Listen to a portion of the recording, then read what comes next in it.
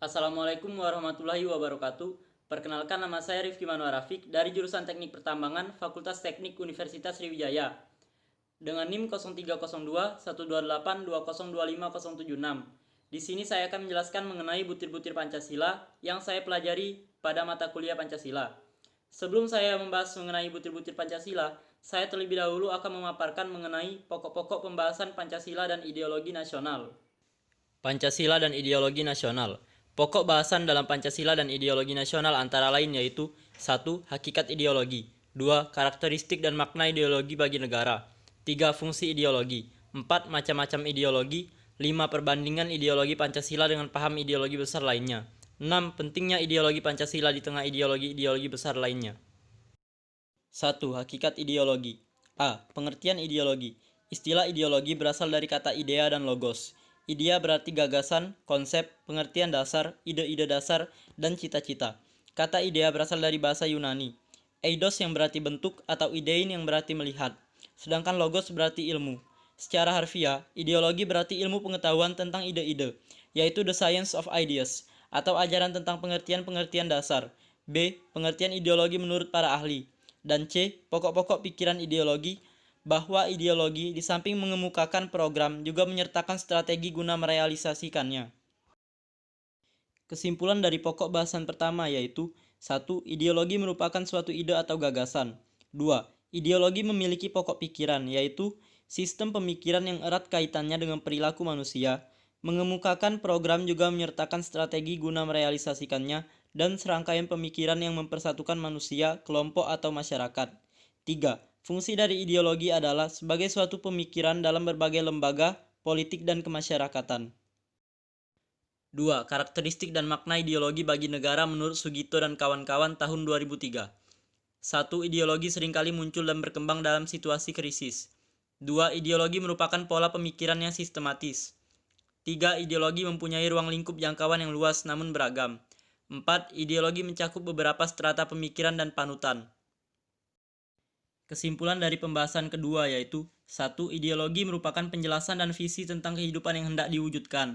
2. Ideologi mempunyai ruang lingkup yang sangat luas, mulai dari penjelasan-penjelasan yang bersifat parsial sampai gagasan-gagasan atau pandangan-pandangan yang bersifat komprehensif. 3. Ideologi mencakup beberapa strata pemikiran dan panutan, mulai dari yang kompleks sampai yang sederhana, menjelaskan gagasan-gagasan tertentu sesuai dengan pemahaman masyarakat. 3. Fungsi ideologi. Menurut Sugito dan kawan-kawan, fungsi ideologi antara lain 1. Ideologi berfungsi melengkapi struktur. 2. Ideologi berfungsi sebagai panduan. 3. Ideologi berfungsi sebagai lensa. Dan 4. Ideologi berfungsi sebagai kekuatan pengendali konflik sekaligus fungsi integratif.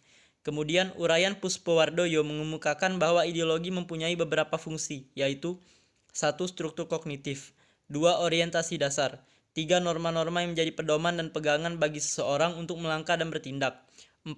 Bekal dan jalan bagi seseorang untuk menemukan identitasnya. Adapun kesimpulannya yaitu 1. Ideologi memiliki fungsi untuk memperkuat tatanan suatu bangsa serta mendasari kehidupan masyarakat, sehingga mampu menjadi landasan, pedoman, dan pembatas dalam suatu konflik. 2. Ideologi sebagai asas yang harus ditaati dan dipatuhi dalam pelaksanaan pemerintahan serta hubungan-hubungan antara yang memerintah dengan rakyat yang diperintah. Jika terdapat penyimpangan dalam hal ini, maka ideologi dapat digunakan sebagai dasar untuk meluruskan penyimpangan itu. 4. Macam-macam ideologi. Menurut Soekarno, ada 5 ideologi besar yaitu 1. Ideologi fasisme, 2. Ideologi komunisme, 3. Ideologi liberalisme, 4. Ideologi Pancasila, dan 5. Ideologi Islam. Kesimpulannya adalah 1. Ideologi memiliki ciri khas serta karakteristik masing-masing sesuai dengan sifat dan ciri khas dari suatu bangsa. 2. Terdapat 5 ideologi besar yaitu ideologi fasisme, komunisme, liberalisme, Pancasila, dan Islam, yang masing-masing memiliki ciri-ciri pokok yang berbeda. 3. Ideologi dibagi berdasarkan suatu sifat, cakupan, serta substansinya. 5. Perbandingan ideologi Pancasila dengan paham ideologi besar lainnya di dunia. Suatu ideologi pada suatu bangsa pada hakikatnya memiliki ciri khas serta karakteristik masing-masing, sesuai dengan sifat dan ciri khas bangsa itu sendiri. Kesimpulannya, 1. Suatu ideologi pada suatu bangsa pada hakikatnya memiliki ciri khas serta karakteristik masing-masing, sesuai dengan sifat dan ciri khas bangsa itu sendiri. 2. Ideologi Pancasila berkembang berdasarkan nilai-nilai yang dimiliki oleh bangsa Indonesia. 3. Ideologi Pancasila bersifat ideologi terbuka. 6.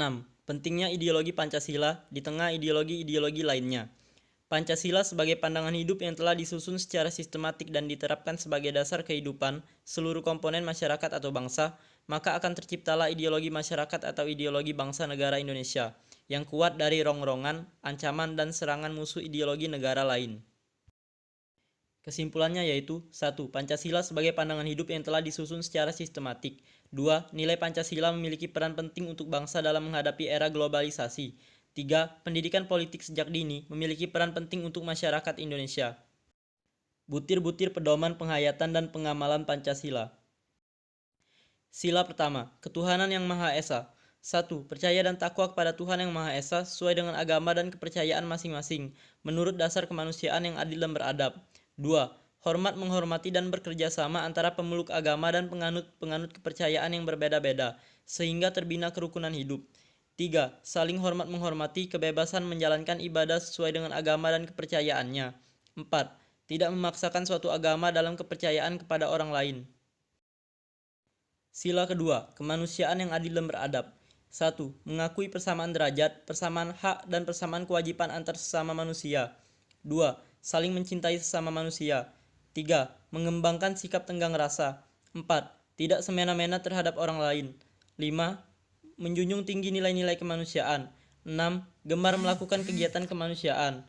7. Berani membela kebenaran dan keadilan. 8. Bangsa Indonesia merasa dirinya sebagai bagian dari seluruh umat manusia. Karena itu kembangkan sikap hormat menghormati dan bekerja sama dengan bangsa lain. Sila ketiga, Persatuan Indonesia. 1.